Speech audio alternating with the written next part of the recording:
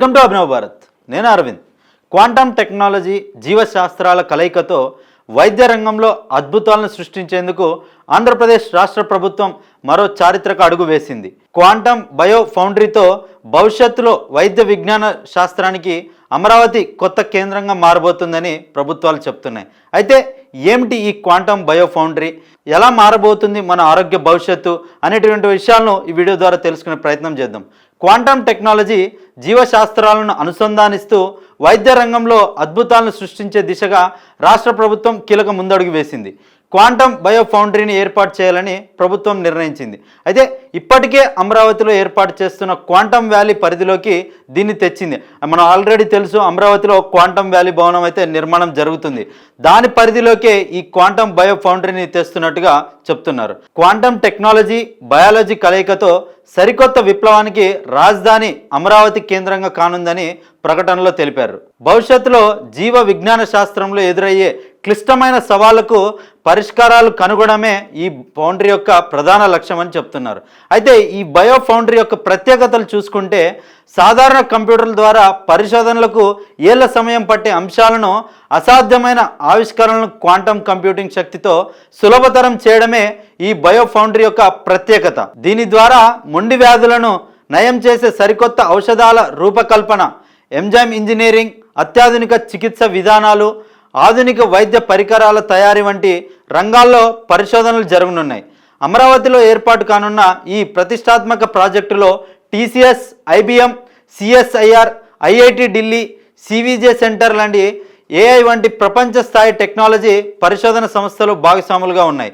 అయితే ఈ global quantum bio foundry ఏర్పాటుతో రాష్ట్రానికి భారీగా విదేశీ పెట్టుబడులు రావడంతో పాటు వేలాదిగా హై వాల్యూ ఉద్యోగాలు, పరిశోధన ఆధారిత స్టార్టప్లు వస్తాయని ప్రభుత్వం అంచనా వేస్తుంది.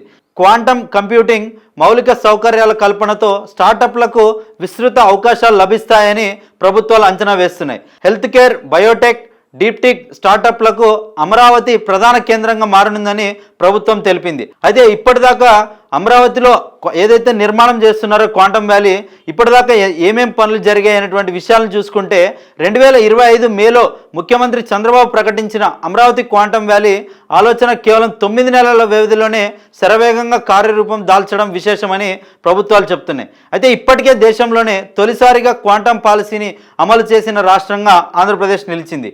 అయితే ఇందులో భాగంగానే 60కు పైగా జాతీయ, అంతర్జాతీయ కంపెనీలతో ప్రభుత్వం ఒప్పందాలు చేసుకుంది. ఈ ఏడాది సెప్టెంబర్లో భారత్లోనే అత్యంత శక్తివంతమైన IBM 133 క్యూబిట్ క్వాంటమ్ సిస్టమ్ 2 అమరావతిలో ఏర్పాటు కానుంది. అంతేకాకుండా దేశంలోనే మొదటి క్వాంటమ్ రిఫరెన్స్ ఫెసిలిటీ కార్యకలాపాలు ఏప్రిల్ 26న ప్రారంభం కానున్నాయని తెలిపారు. ఈ సాంకేతికతకు అవసరమైన మానవ వనరులను సిద్ధం చేసేందుకు ప్రభుత్వం ప్రత్యేక దృష్టి సారించింది. ఇప్పటికే 1,00,000 మందికి పైగా యువతకు క్వాంటమ్ టెక్నాలజీలో శిక్షణ అందిస్తున్నారు. ఇటీవల నిర్వహించిన క్వాంటమ్ హ్యాకథాన్లలో 137 కాలేజీల నుంచి 20,000 మంది విద్యార్థులు పాల్గొన్నారు. అయితే విద్యార్థులకు శిక్షణ ఇచ్చేందుకు ప్రత్యేక శిక్షణ పొందినటువంటి 1056 మంది ఫ్యాకల్టీని కూడా సిద్ధంగా ఉన్నారని చెప్తున్నారు. ఈ మౌలిక సదుపాయాల మానవ వనరులతో భవిష్యత్తులో హెల్త్ కేర్, బయోటెక్, డీప్టెక్ స్టార్టప్లకు అమరావతి ప్రధాన కేంద్రంగా మారనుందని చెప్తున్నారు.